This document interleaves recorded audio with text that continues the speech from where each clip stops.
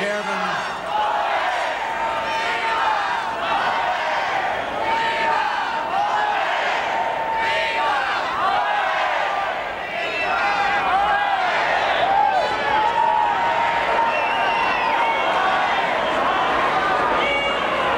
thank you very much. Mr. Chairman, Mr. Vice President, delegates to this convention, and fellow citizens, 75 days, I hope we enjoy a victory that is the size of the heart of Texas.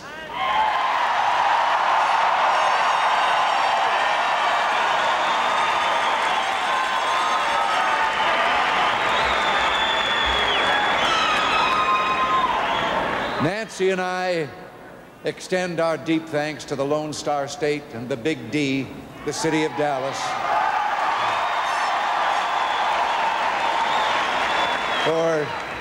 for all their warmth and hospitality. 4 years ago, I didn't know precisely every duty of this office, and not too long ago, I learned about some new ones from the first graders of Corpus Christi School in Chambersburg, Pennsylvania.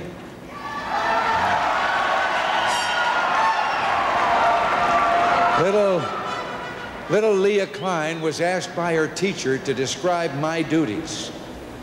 She said, the president goes to meetings, he helps the animals, the president gets frustrated, he talks to other presidents. How does wisdom begin at such an early age?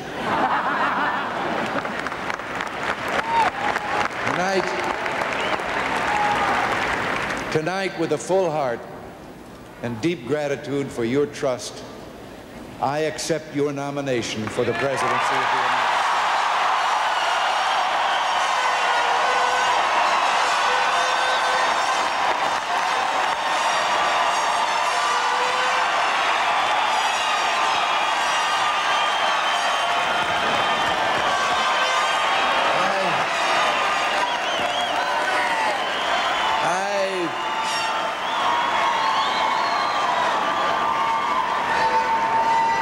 I will campaign on behalf of the principles of our party which lift America confidently into the future.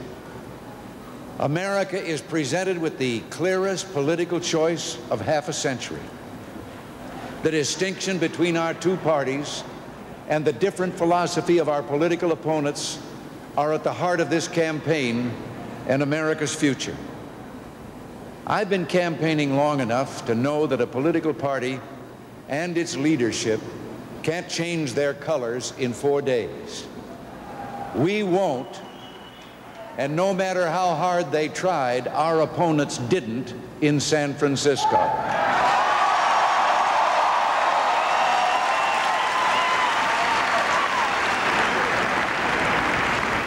We didn't discover our values in a poll taken a week before the convention.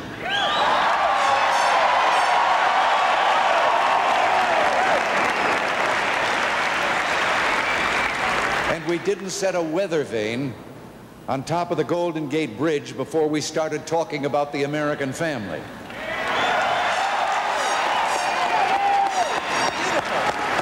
The choices this year are not just between two different personalities or between two political parties. They're between two different visions of the future, two fundamentally different ways of governing. Their government of pessimism, fear, and limits, or ours of hope, confidence, and growth.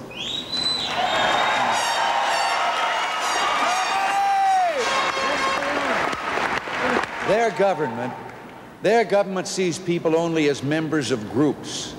Ours serves all the people of America as individuals.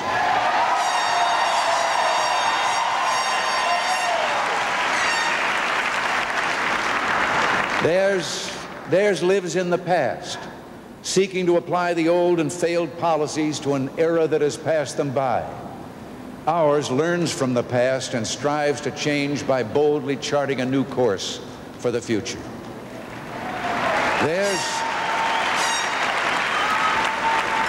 Theirs lives by promises. The bigger, the better. We offer proven, workable answers. Our opponents began this campaign hoping that America has a poor memory. Well, let's take them on a little stroll down memory lane.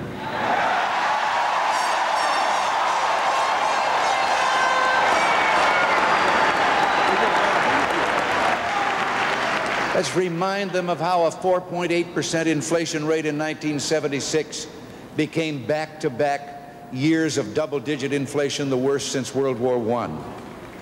Punishing the poor and the elderly, young couples striving to start their new lives, and working people struggling to make ends meet. Inflation was not some plague born on the wind. It was a deliberate part of their official economic policy, needed, they said, to maintain prosperity. They didn't tell us that with it would come the highest interest rates since the Civil War. As average monthly mortgage payments more than doubled, home building nearly ground to a halt. Tens of thousands of carpenters and others were thrown out of work. And who controlled both houses of the Congress and the executive branch at that time? Not us. Not us. Campaigning across America in 1980, we saw evidence everywhere of industrial decline. And in rural America, farmers' costs were driven up by inflation.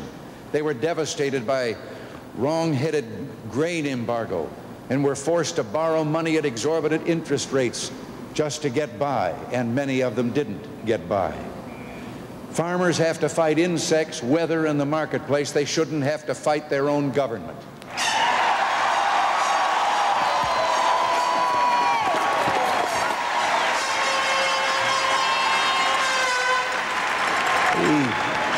The high interest rates of 1980 were not talked about in San Francisco.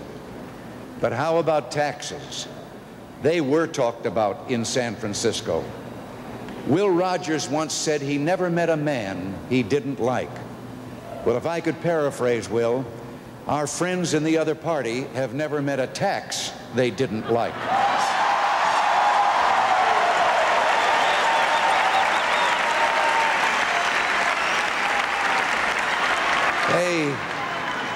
They didn't like or hike.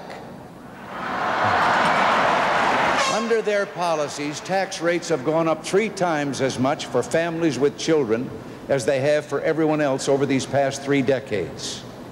In just the 5 years before we came into office, taxes roughly doubled.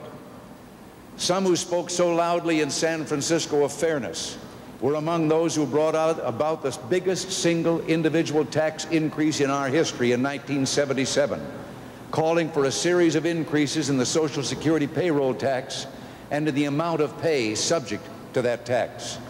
The bill they passed called for 2 additional increases between now and 1990, increases that bear down hardest on those at the lower income levels.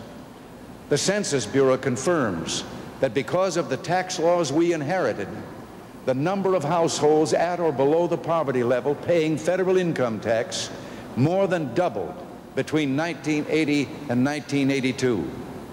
Well, they received some relief in 1983 when our across-the-board tax cut was fully in place.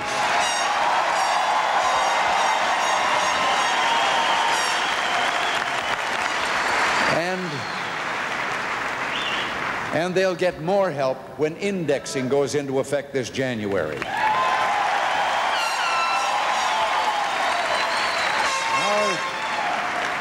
Our opponents have repeatedly advocated eliminating indexing. Would that really hurt the rich?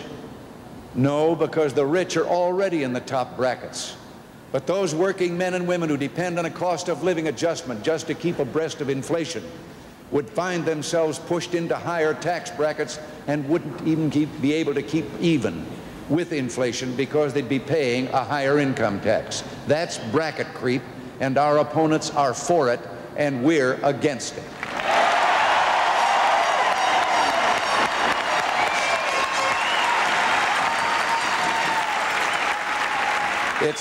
It's up to us to see that all our fellow citizens understand that confiscatory taxes Costly social experiments and economic tinkering were not just the policies of a single administration.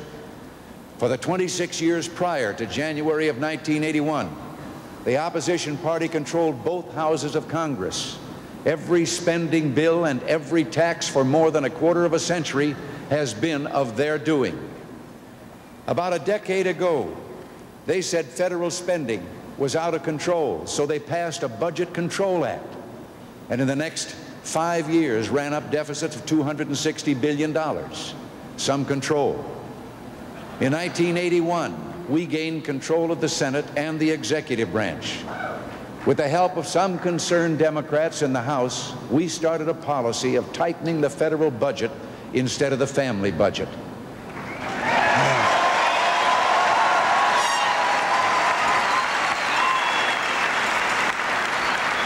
A task force chaired by Vice President George Bush, the finest vice president this country has ever had.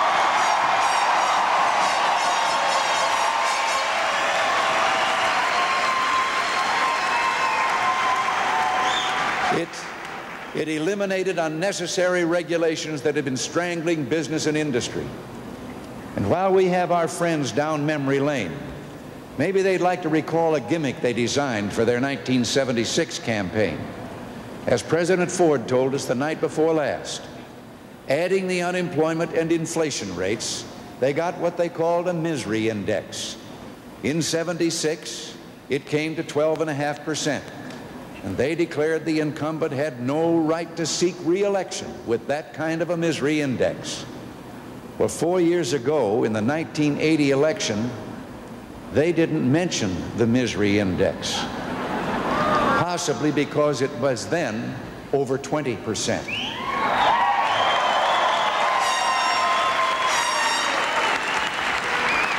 And do you know something?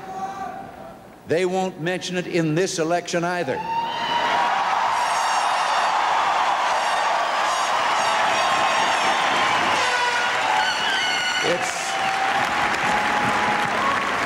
It's down to 11.6 and dropping.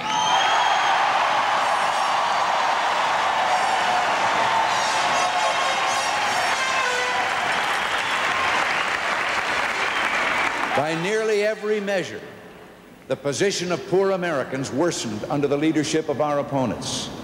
Teenage drug use, out-of-wedlock births, and crime increased dramatically. Urban neighborhoods and schools deteriorated. Those whom government intended to help discovered a cycle of dependency that could not be broken. Government became a drug, providing temporary relief, but addiction as well. And let's get some facts on the table that our opponents don't want to hear. The biggest annual increase in poverty took place between 1978 and 1981, over 9% each year in the first 2 years of our administration. Well, I should say, pardon me, I didn't put a period in there. In the first 2 years of our administration, that annual increase fell to 5.3%.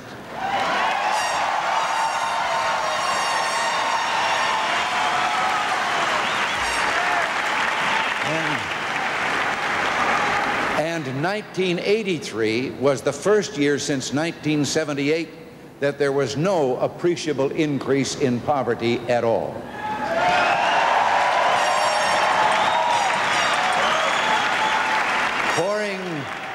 Pouring hundreds of billions of dollars into programs in order to make people worse off was irrational and unfair. It was time we ended this reliance on the government process and renewed our faith in the human process. In 1980, the people decided with us that the economic crisis was not caused by the fact that they lived too well. Government lived too well.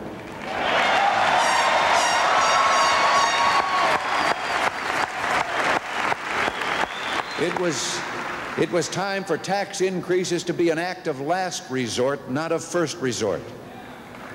The people told the liberal leadership in Washington, try shrinking the size of government before you shrink the size of our paychecks.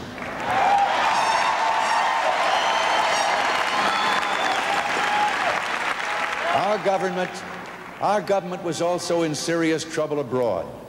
We had aircraft that couldn't fly and ships that couldn't leave port. Many of our military were on food stamps because of meager earnings, and re-enlistments were down. Ammunition was low, and spare parts were in short supply. Many of our allies mistrusted us. In the 4 years before we took office, country after country fell under the Soviet yoke. Since January 20th, 1981, not 1 inch of soil has fallen to the communists.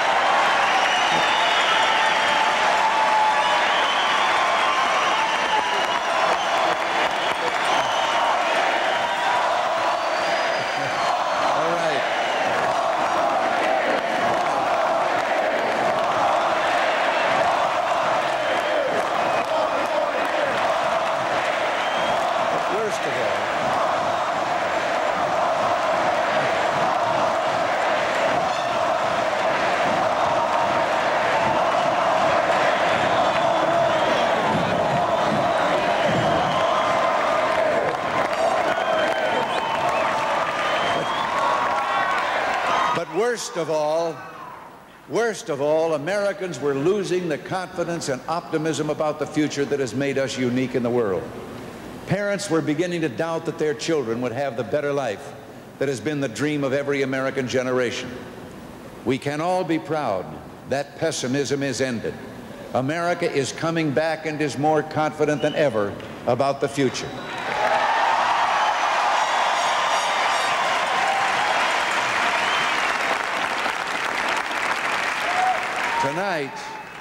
Tonight, we thank the citizens of the United States whose faith and unwillingness to give up on themselves or this country saved us all.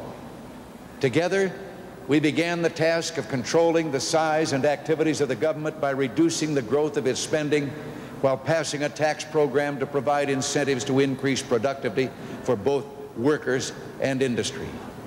Today, a working family earning $25,000 has about $2,900 more in purchasing power than if tax and inflation rates were still at the 1980 level.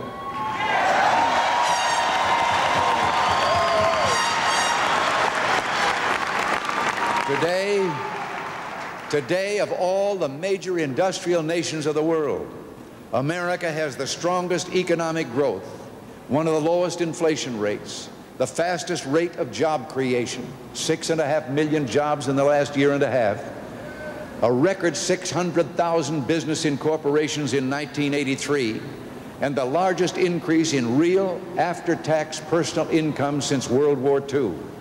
We're enjoying the highest level of business investment in history, and America has renewed its leadership in developing the vast new opportunities in science and high technology.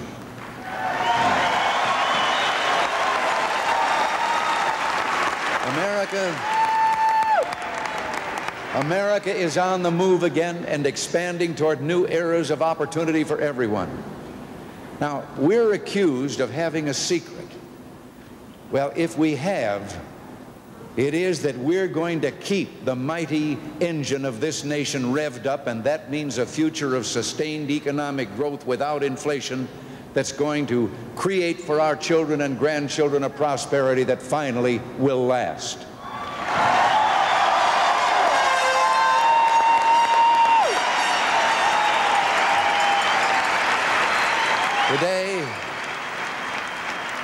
Today, our troops have newer and better equipment. Their morale is higher. The better armed they are, the less likely it is they will have to use that equipment.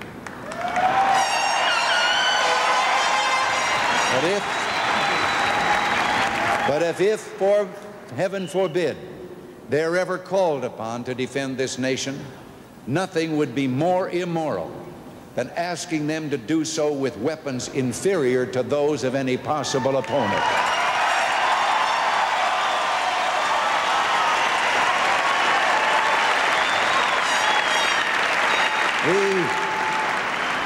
We have also begun to repair our valuable alliances, especially our historic NATO alliance. Extensive discussions in Asia have enabled us to start a new round of diplomatic progress there.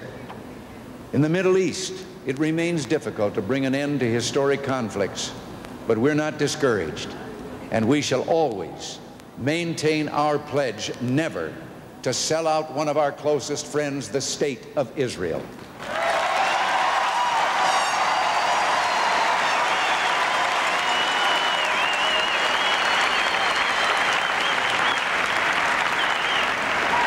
Closer to home, there remains a struggle for survival for free Latin American states, allies of ours. They valiantly struggle to prevent communist takeovers fueled massively by the Soviet Union and Cuba. Our policy is simple. We are not going to betray our friends, reward the enemies of freedom, or permit fear and retreat to become American policies, especially in this hemisphere.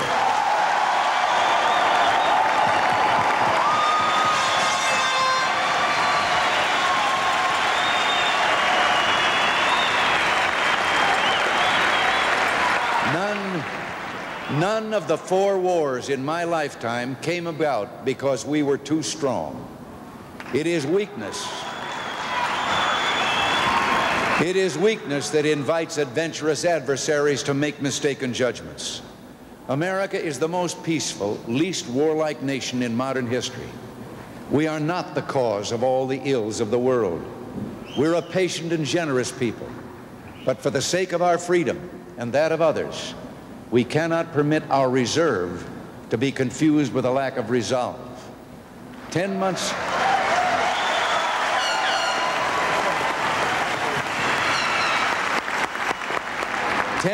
ago, we displayed this resolve in a mission to rescue American students on the imprisoned island of Grenada.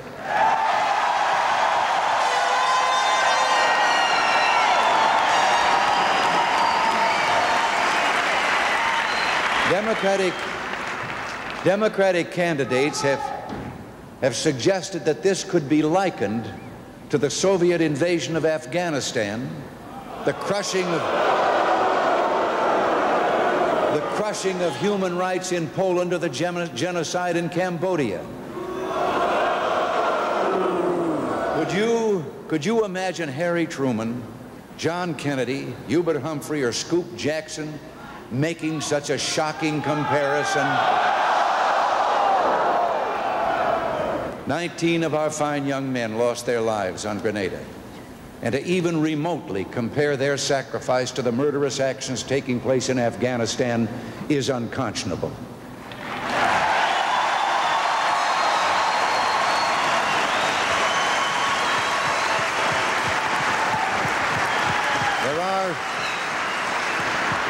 There are some obvious and important differences. First, we were invited in by 6 East Caribbean states. Does anyone seriously believe the people of Eastern Europe or Afghanistan invited the Russians? Second, there are hundreds of thousands of Soviets occupying captive nations across the world. Today, our combat troops have come home. Our students are safe, and freedom is what we left behind in Grenada.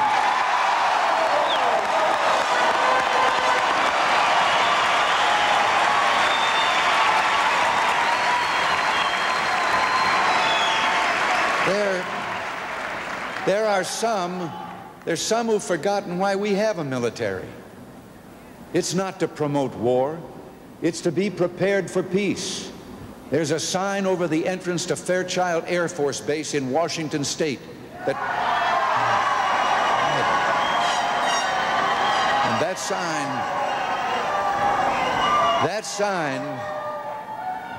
that sign says it all. Peace is our profession.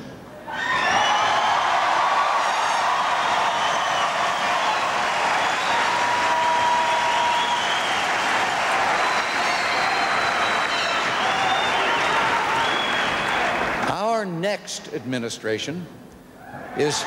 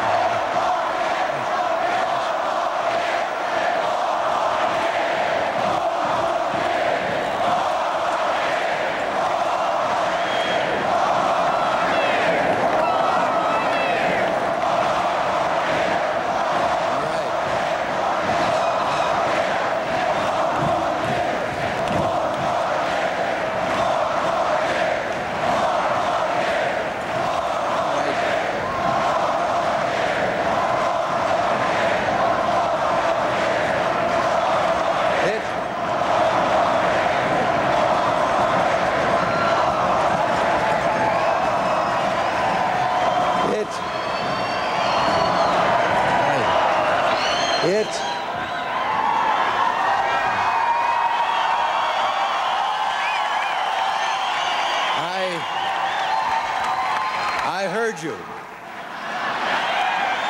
And that administration will be committed to completing the unfinished agenda that we placed before the Congress and the nation. It is an agenda which calls upon the national Democratic leadership to cease its obstructionist ways.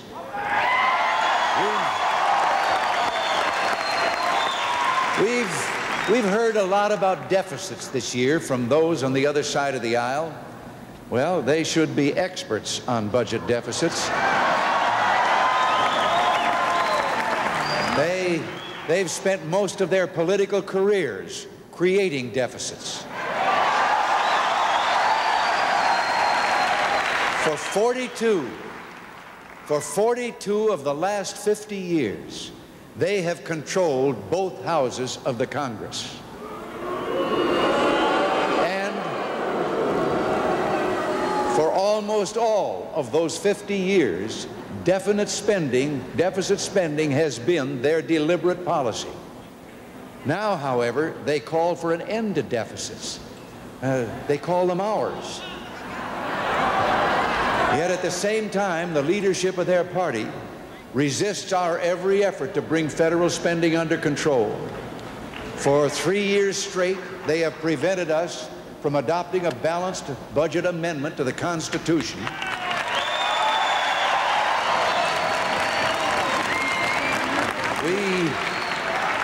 We will continue to fight for that amendment, mandating that government spend no more than government takes in.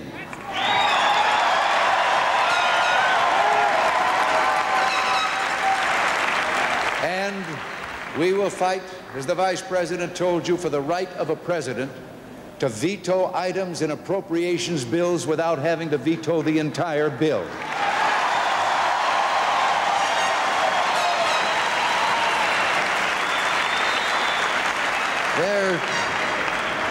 There is no better way than the line item veto, now used by governors in 43 states to cut out waste in government.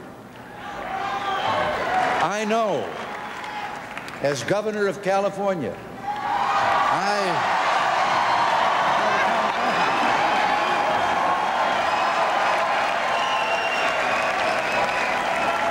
I successfully made such vetoes over 900 times. Now, their candidate, it would appear, has only recently found deficits alarming. Nearly 10 years ago, he insisted that a $52 billion deficit should be allowed to get much bigger in order to lower unemployment.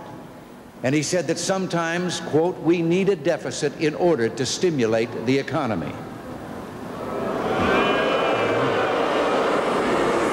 As senator, he voted to override President Ford's veto of billions of dollars in spending bills, and then voted no on a proposal to cut the 1976 deficit in half. Was anyone surprised by his pledge to raise your taxes next year if given a chance? In the Senate, he voted time and again for new taxes, including a 10% income tax surcharge, higher taxes on certain consumer items. He also voted against cutting the excise tax on automobiles. And he was part and parcel of that biggest single individual tax increase in history, the Social Security payroll tax of 1977. It tripled the maximum tax and still didn't make the system solvent. If our opponents were as vigorous in supporting our voluntary prayer amendment as they are in raising taxes, maybe we could get the Lord back in the schoolrooms and drugs and violence out.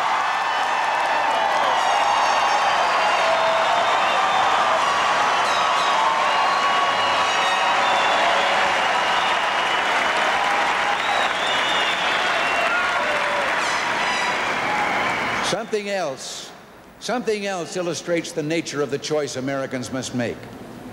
While we've been hearing a lot of tough talk on crime from our opponents, the House Democratic leadership continues to block a critical anti-crime bill that passed the Republican Senate by a 91-to-1 vote. Their burial of this bill means that you and your families will have to wait for even safer homes and streets. There's no longer any good reason to hold back passage of tuition tax credit legislation.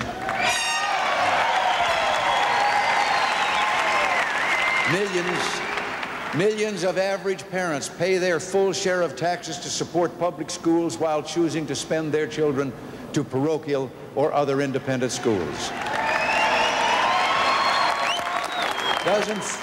Doesn't fairness dictate that they should have some help in carrying a double burden?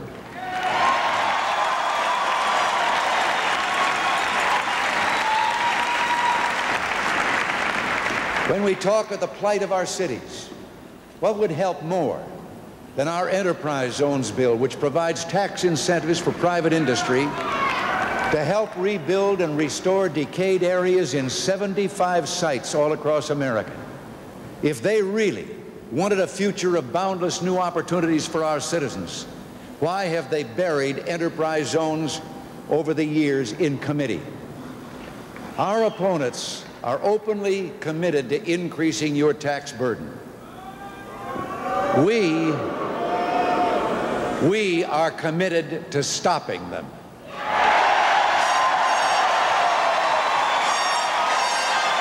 And we will.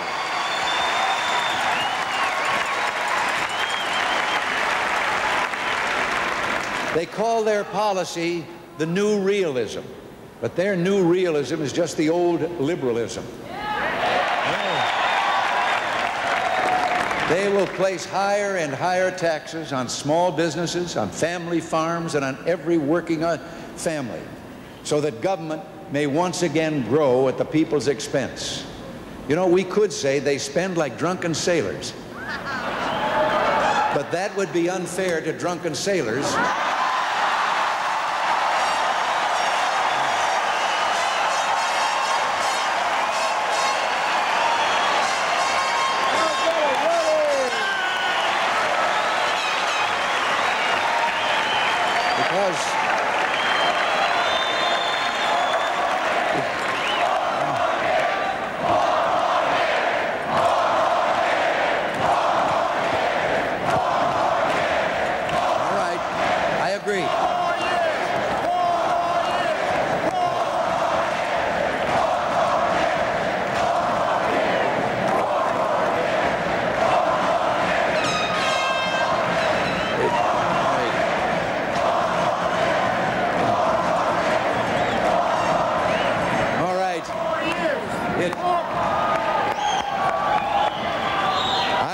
To say it would be unfair because the sailors are spending their own money.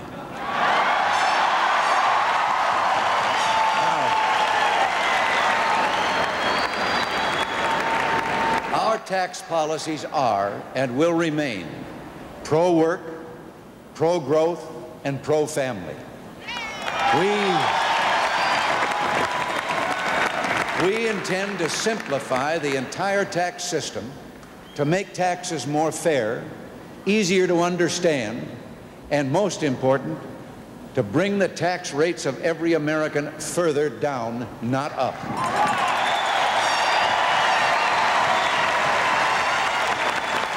Now, if we bring them down far enough, growth will continue strong, the underground economy will shrink, the world will beat a path to our door, and no one will be able to hold America back, and the future will be ours.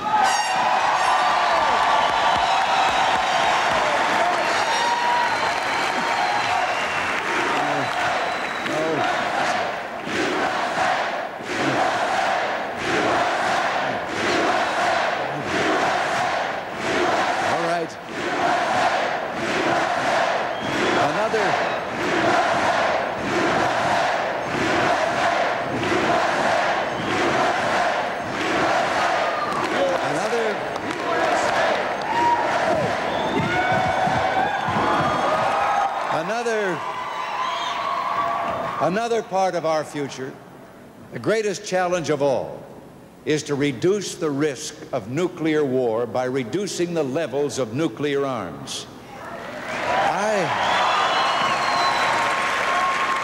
I have addressed parliaments, have spoken to parliaments in Europe and Asia during these last 3.5 years, declaring that a nuclear war cannot be won and must never be fought.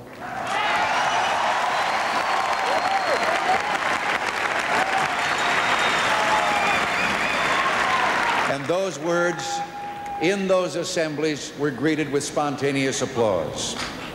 There are only two nations who, by their agreement, can rid the world of those doomsday weapons: the United States of America and the Soviet Union.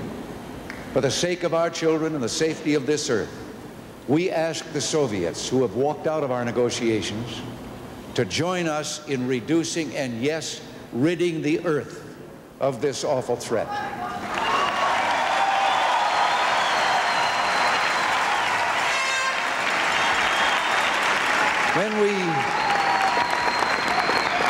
When we leave this hall tonight, we begin to place those clear choices before our fellow citizens. We must not let them be confused by those who still think that GNP stands for gross national promises. But after the debates, the position papers, the speeches, the conventions, the television commercials, primaries, caucuses, and slogans, after all this, is there really any doubt at all about what will happen if we let them win this November? Is there any doubt that they will raise our taxes? That they will send inflation into orbit again? That they will make government bigger than ever? And deficits even worse? Raise unemployment? Cut back our defense preparedness? Raise interest rates? Make unilateral and unwise concessions to the Soviet Union? And they'll do all that in the name of compassion. It's what they've done to America in the past. But if we do our job right, they won't be able to do it again.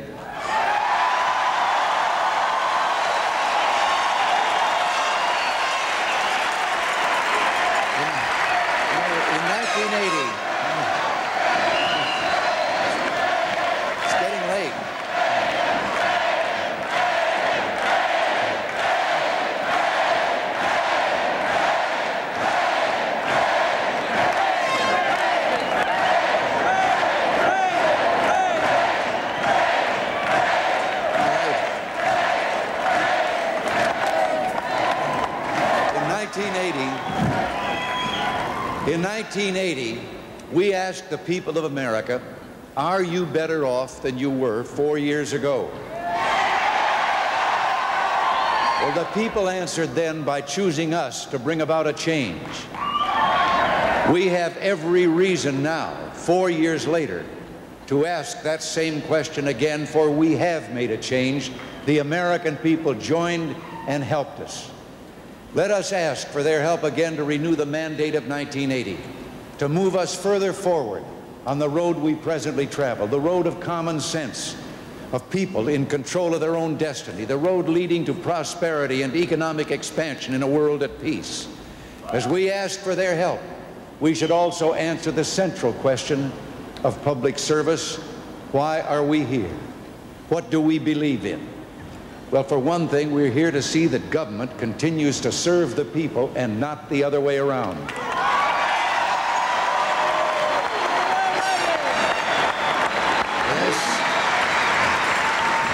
Yes, government should do all that is necessary, but only that which is necessary.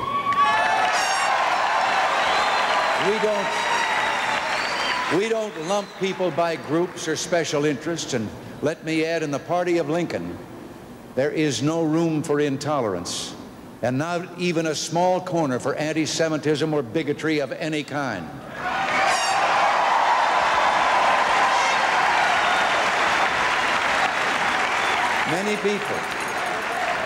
Many people are welcome in our house, but not the bigots.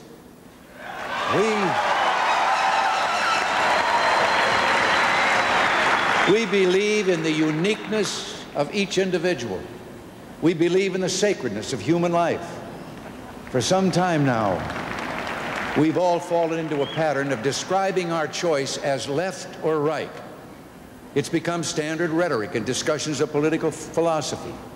But is that really an accurate description of the choice before us? Go back a few years to the origin of the terms and see where left or right would take us if we continued far enough in either direction. Stalin, Hitler.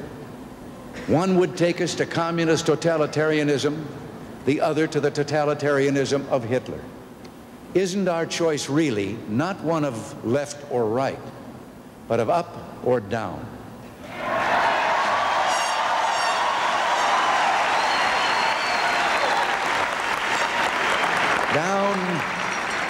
Down through the welfare state to statism, to more and more government largesse, accompanied always by more government authority, less individual liberty, and ultimately totalitarianism, always advanced us for our own good.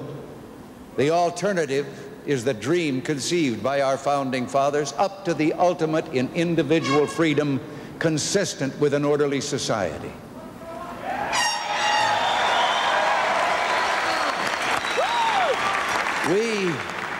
We don't celebrate Dependence Day on the 4th of July. We celebrate Independence Day.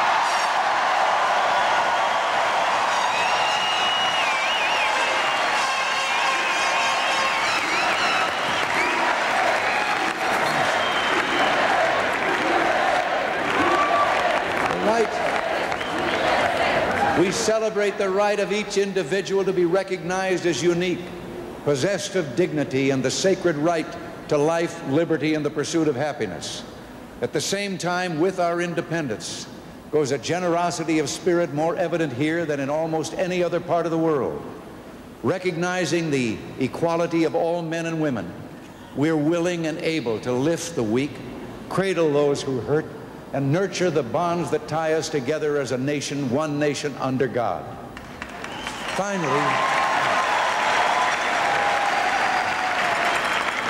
Finally, we're here to shield our liberties, not just for now or for a few years, but forever.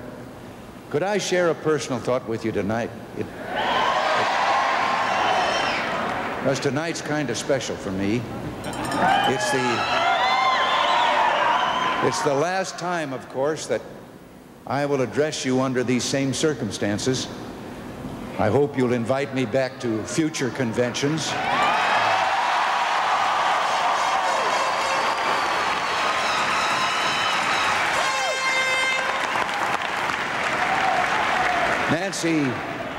Nancy and I will be forever grateful for the honor you've done us, for the opportunity to serve, and for your friendship and trust. I began political life as a Democrat, casting my first vote in 1932 for Franklin Delano Roosevelt.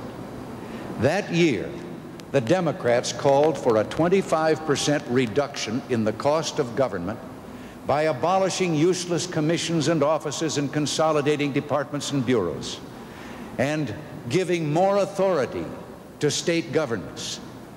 As the years went by and those promises were forgotten, did I leave the Democratic Party, or did the leadership of that party leave not just me, but millions of patriotic Democrats who believed in the principles and philosophy of that platform?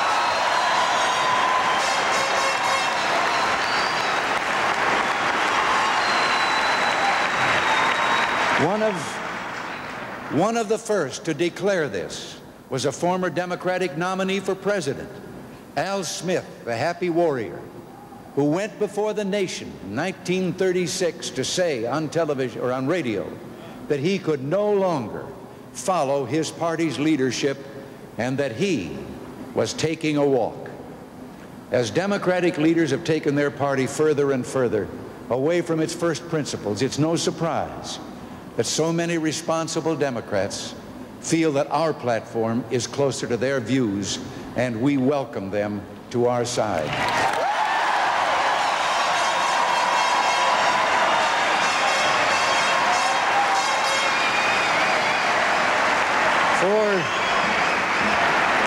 Four years ago, we raised a banner of bold colors, no pale pastels. We proclaimed a dream of an America that would be a shining city on a hill. We promised that we'd reduce the growth of the federal government, and we have. We said we intended to reduce interest rates and inflation, and we have. We said we would reduce taxes to provide incentives for individuals and business to get our economy moving again. We said, and we have, we said there must be jobs with a future for our people, not government make-work programs.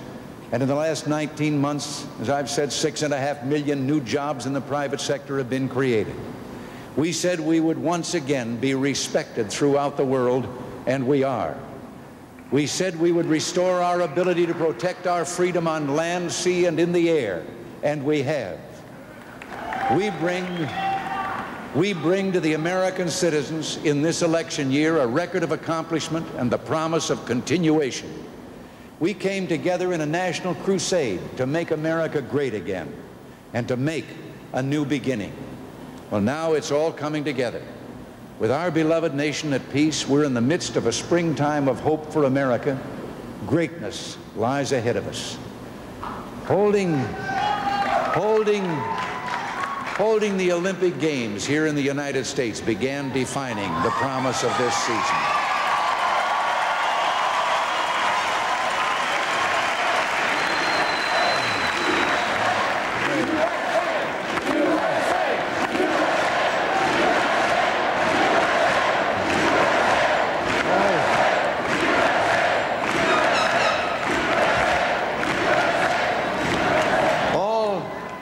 Through the spring and summer, we marveled at the journey of the Olympic torch as it made its passage east to west over 9,000 miles by some 4,000 runners. That flame crossed a portrait of our nation. From our Gotham City, New York, to the cradle of liberty, to the cradle of liberty, Boston. Across the Appalachian springtime to the city of the big shoulders, Chicago.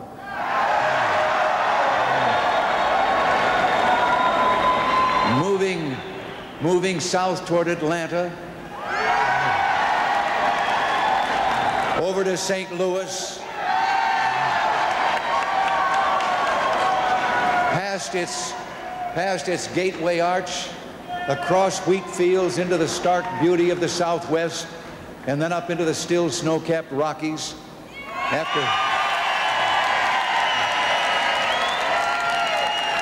After circling the greening Northwest, it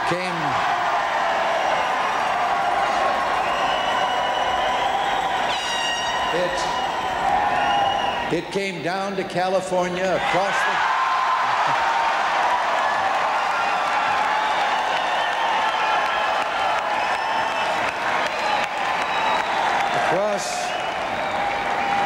across the Golden Gate, and finally into Los Angeles.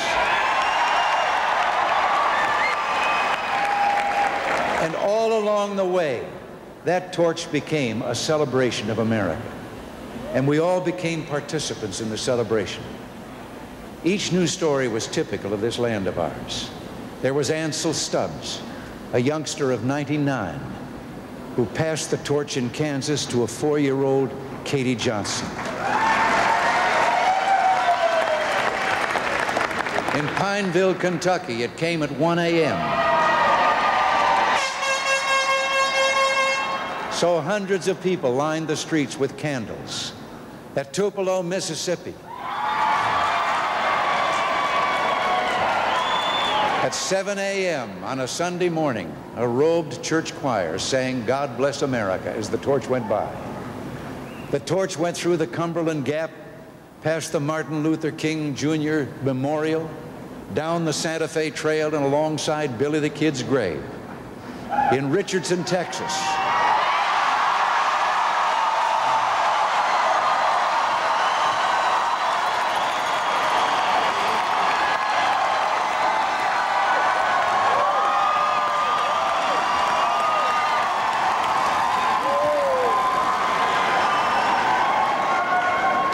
It was carried by a 14-year-old boy in a special wheelchair.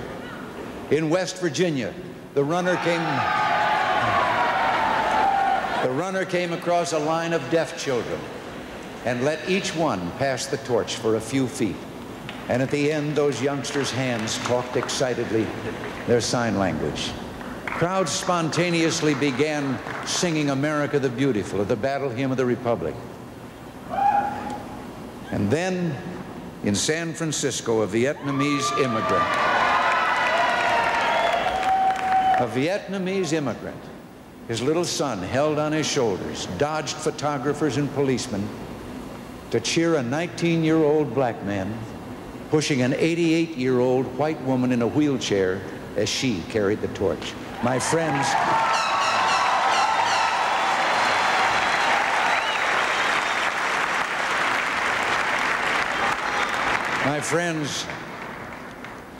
that's America.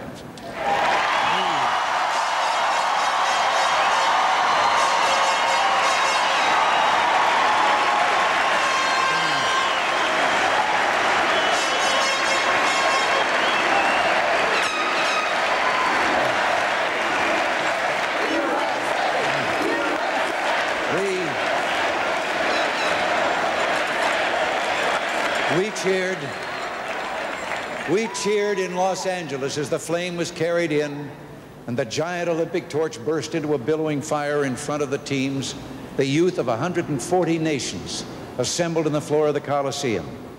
And in that moment, maybe you were struck, as I was, with the uniqueness of what was taking place before 100,000 people in the stadium, most of them citizens of our country, and over 1 billion worldwide watching on television. There were athletes representing 140 countries here to compete in the one country in all the world whose people carry the bloodlines of all those 140 countries and more.